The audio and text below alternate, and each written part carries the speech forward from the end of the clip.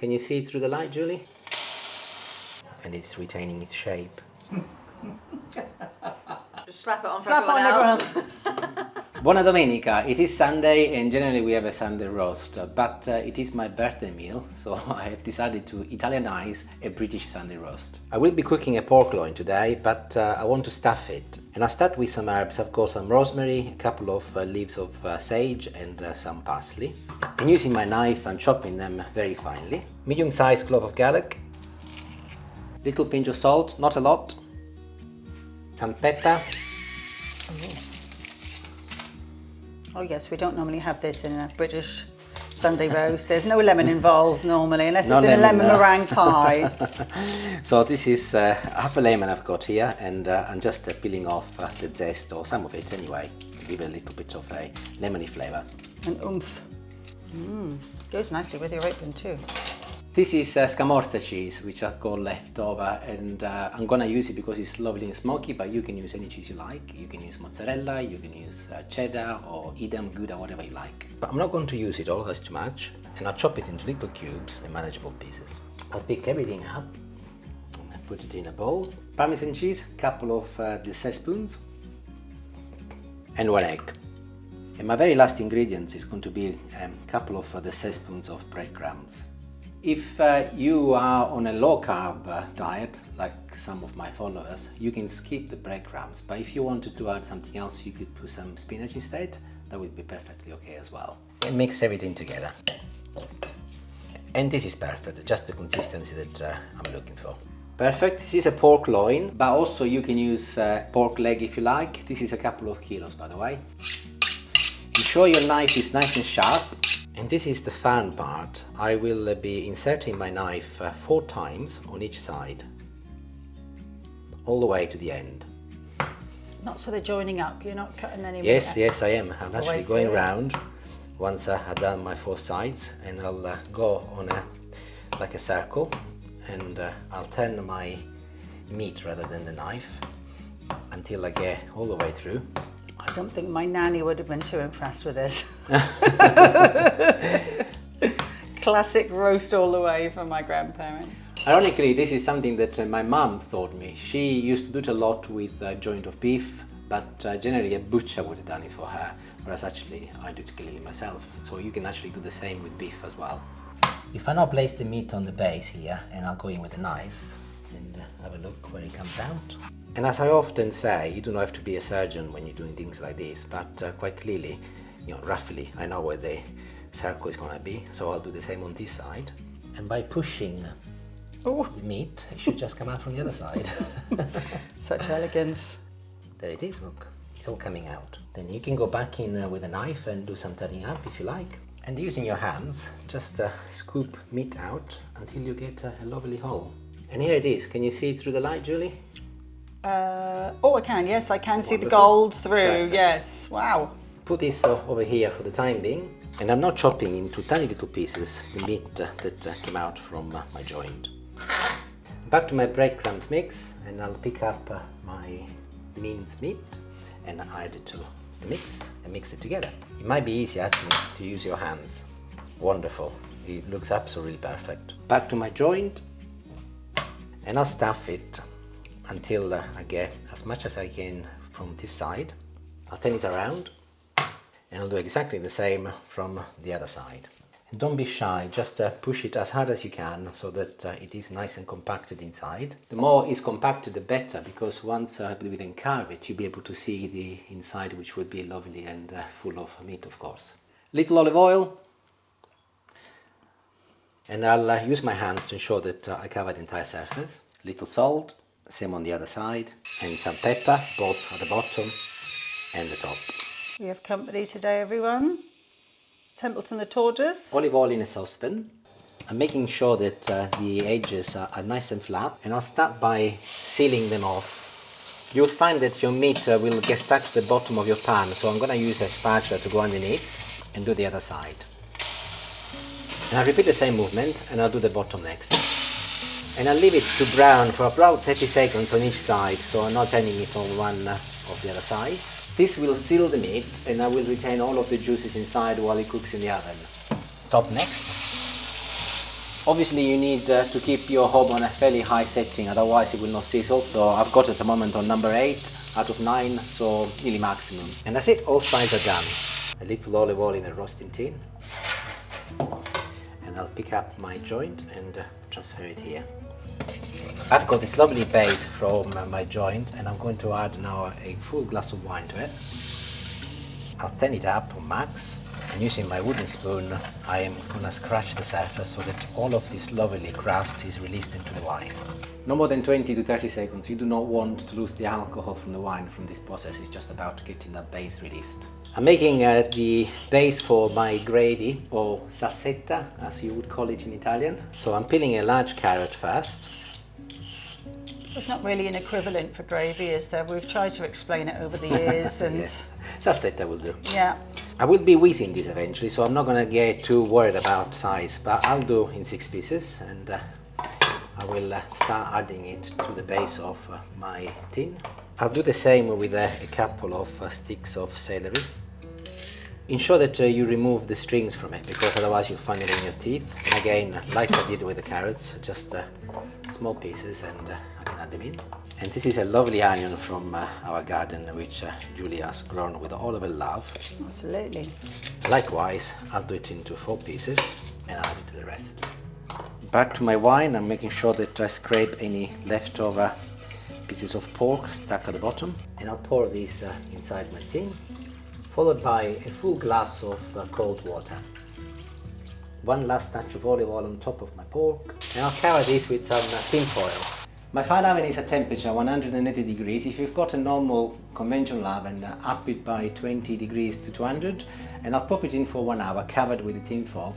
I will take it out in 1 hour, and we'll cook twice using a different procedure, but I'll show you that in a little while. In the meantime, I'll show you how I do my Sicilianized Yorkshire puddings. I always put some olive oil at the bottom of my trays where the puddings are gonna go, so that they don't stick. There's gonna be 9 of us eating today, and there are some kids as well who love puddings, so I'm gonna make sure that there is enough for everybody to have at least a couple. Is that including Alessandro? Well, you might have 3 or 4. And I'll put these in the oven to get them nice and hot. For 9 people, I use 10 heaped dessertspoons of plain flour, number 6, 9 and 10. And I'll start moving away from Yorkshire towards Italy now. I'm gonna add a few seeds. This is a mixture of sunflower, pumpkins and all sorts. It's actually my breakfast stash, but I'll let you Yes. have some.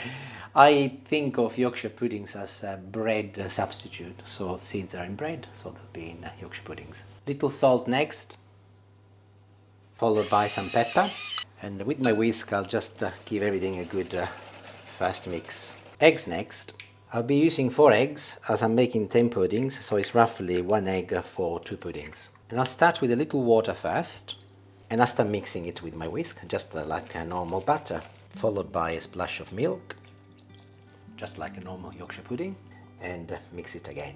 I'll add just a little bit more water, and I think it's okay. Now everybody has got a magic recipe for Yorkshire puddings, more dense, less dense, but in my case I'm happy that this is going to be perfect. But of course always ensure that all of the flour has been absorbed by the water, and it looks okay if you look around. I'll be making 2 different batches. One is going to be as it is, but with the other one I will be adding a few olives and sun-dried tomatoes. So this is about 750 milliliters, so I'll split it in half, and I'll do 300 milliliters in one jug and 300 in the other, roughly. Here I've got a few olives and some sun-dried tomatoes, which are chopped into little pieces, and I will add them to one of my jugs and mix it. So I've got a truly Mediterranean Yorkshire Sicilian pudding style bowl, and another one which is semi-English, more English than Italian really. The reason why I'm doing 2 versions is because not everybody might like the olives and sun-dried tomatoes, so there is a variety. Or maybe everybody would like to try one on one. And I'll start with 1. And I find that as I've oiled my tin before, when they come out, actually they come out ever so easily. And these are done for now. I'll put them on one side ready for later. Pudding's done, I can move on to the rest of the vegetables now. Peeled and chopped some potatoes, new sprig of rosemary, chop in little pieces. I'll pick it up and put it in, and olive oil. You might have noticed I didn't put any salt in. That is because there is salt on the pork, of course, but also in the stuffing. So you can always add salt later once it's in your plate. Also here you can see I've been very busy and I've chopped some carrots and parsnip in similar sizes. Let's take a look. There's been a little bit of an explosion, but that is perfectly okay. It smells yummy though. Firstly, I'll go along and I'll remove pork and I'll place it on a separate board. I'm now going along and picking all of my vegetables which cooked with the pork, including all of the lovely juice. Just boiled my kettle. I'll pour some hot water to my vegetables here and I'll blend everything together now. Wonderful. I'll put this on one side and I will reheat it later, but I will be adding some corn flour and most probably a pork cube or some oxo cube to give it a little bit more oomph. And back to my pork now. I will return it to its tray, followed by my carrots and parsnips next. I'll put a little olive oil firstly here, including the joint again, and I'll place all of my potatoes all around the joint and on top of the vegetables. And don't forget, by the way, to scoop any rosemary left over. You can actually put it on top of your pork if you like. I put the potatoes on the very top because they'll take longer to cook, so the heat will get to that fast. And whenever we have a Sunday roast and we have a pork, we always have also some chipolatas. So I'm going to add them at the very, very top, and this will help because the fat from the chipolatas will drip down the rest of the vegetables and the potatoes, and they'll get even crispier. One last sprinkle of pepper, especially on top of the pork, and it will go back in the oven, still 180 degrees temperature wise, but for another hour, maybe an hour and 20. I'll see after an hour and I'll let you know, without any foil on top. And the pork should be ready. In the meantime, I'll turn the temperature up, ready for my puddings. Way to taste if the pork is cooked, by the way, get a sharp knife and just stab it and press it down, and if clear juices come out, just like you would do with the chicken, you'll know that it's all done. And this is perfect. So I'll pick it up with my forks and place it back on my board. Ooh, a little bit of stuffing there. Including some of the stuffing. Sausages are done as well. They don't take long, as they're only little chipolatas, so I'll move them as well.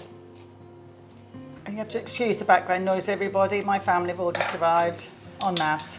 I did say it was a Sunday roast. They will go back in the oven as they are still not properly done, so I'll give them a little mix with a spatula first. But I'll put them at the bottom of the oven so that I can make space for my puddings. I've chopped some cauliflowers and some broccoli, and there is a little water in there, so I'll place the lid on and I'll turn them on. And using the same tin foil I did earlier, I'll just cover this and the meat will rest until everything is ready, and then I can carve it and it should just be perfect. And the meat has been resting for a good 15 minutes and I'll start carving it next. I just removed the sausages first. And I'll just let you say hello to Bella. Hello, Bella, darling. Removing the strings from the top of the pork. Smells yummy. We've still got one random sausage there, my love. Oh, there you go. You're trying to escape. I'll square it up first so that there is no stuffing left there. Plenty inside though still, isn't there? Should be lovely. Ooh, yum. And although it is still steaming hot, you can see that it's actually slicing quite nicely and it's retaining its shape. And also, if you look, it's still lovely and moist. I can also manage thinner slices if you look. We got some younger people eating with us and they are not always that keen on meat. And that is perfect.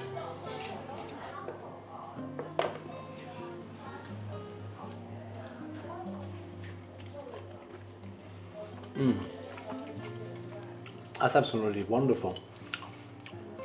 I can taste absolutely everything. The pork obviously, but the stuffing, it gives us such a wonderful flavor. We will serve it up with the rest of the ingredients and I'll show you that. But I'll say arrivederci for now, and if you make it, do let me know how you get on. Definitely worthwhile making it. It's delicious. Ciao, ciao.